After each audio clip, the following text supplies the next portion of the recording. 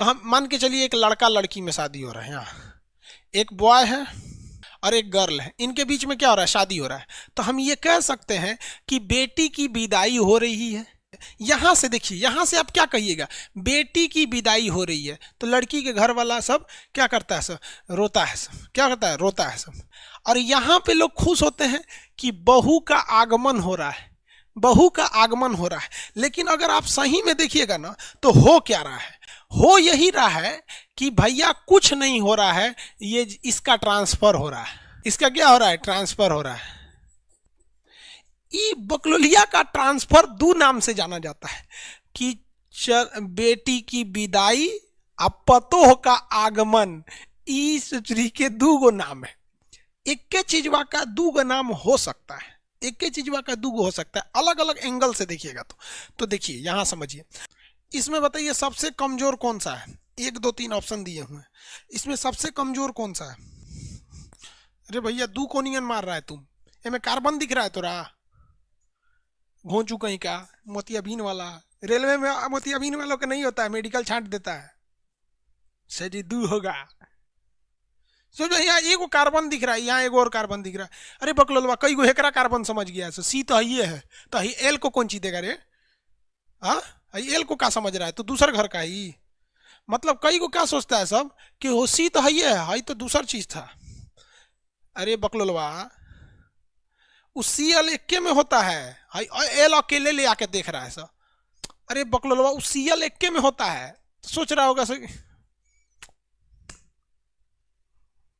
Chlorine है रे बबुआ, ये कार्बन ना है, क्लोरीन है, छोड़ो पगला देगा सब। तो 7.4 उससे नीचे दूध। जैसे देखिए बहुत से लोग क्या होते हैं, किसी का बच्चा बीमार, जैसे हमारे आपको बताते हैं, हम एक बार हॉस्पिटल में हम एडमिट थे किसी चीज़ को लेके, गले में कुछ प्रॉब्लम था, तो वहाँ हम देखे थे एक मतलब महिला थी, उसके 1 महीने का बच्चा था और महिला बेचारी बहुत सीरियस थी, उसको ऑक्सीजन लगा था। पता नहीं क्यों महिला से ज़्यादा माया उस बच्चे पे लग रहा था कि बेचारा अगर वो मर जाएगी तो इस बच्चा का क्या होगा। और बच्चा बेचारा भूख से परेशान था, वहाँ पे 1 महीने का बच्चा था। तो उस हॉस्पिटल में ना एक दूसरी महिला थी जो उस मरीज को कुछ नहीं जानती थी, लेकिन उस महिला ने अपना दूध उस बच्चे को पिलाया। यार मानवता इसे कहते हैं यार, जिसको कोई नहीं जानता, ना जाति देखा, ना धर्म देखा, ना कुछ, इतना इंसानियत होता है। लेकिन कहते हैं ना कि सबसे बड़ा रिश्ता होता है खून का रिश्ता, उसके बाद जो होते हैं बोलते हैं ना कि दूध का रिश्ता है तुमसे मेरा, मतलब दूध का रिश्ता मतलब माँ बाप का, माँ की तरह एक तरह से हो जाता। तो उसने दूध पिलाया तो माँ का रिश्ता। तो समझिए थोड़ा सा इसको नीचे रखिएगा, दूध का रिश्ता, इससे एक अंक नीचे चला जाएगा, समझ में आ गया कि नहीं। अब मूत ससुरा उससे भी नीचे चल जाएगा, लाइन से ले खून दूध मूत खत्म। सोचा एक अंक नीचे लेके जाएगा। खून का याद रखिएगा, खून का किसी को नहीं भूलता है, खून का किसी को नहीं भूलता है। 7.4 ये कौन पूछता है बेवकूफ, शादी हुआ कि नहीं आपका। अरे यार देखो, लड़की का शादी हुआ या नहीं ये देखने का सिंपल तरीका उसके मांग में सिंदूर, लड़के का शादी हुआ या नहीं सिंपल तरीका उसके चेहरे की मुस्कुराहट। हमको कभी उदास देखे हो, ये सबसे बड़ा सबूत है। उसके बाद कौन सच्चा, आपसे हमेशा याद रखेंगे कि नहीं, किसी भी आदमी को बता सकते हैं कि नहीं शादीशुदा। तू क्या शादीशुदा लग रहा है।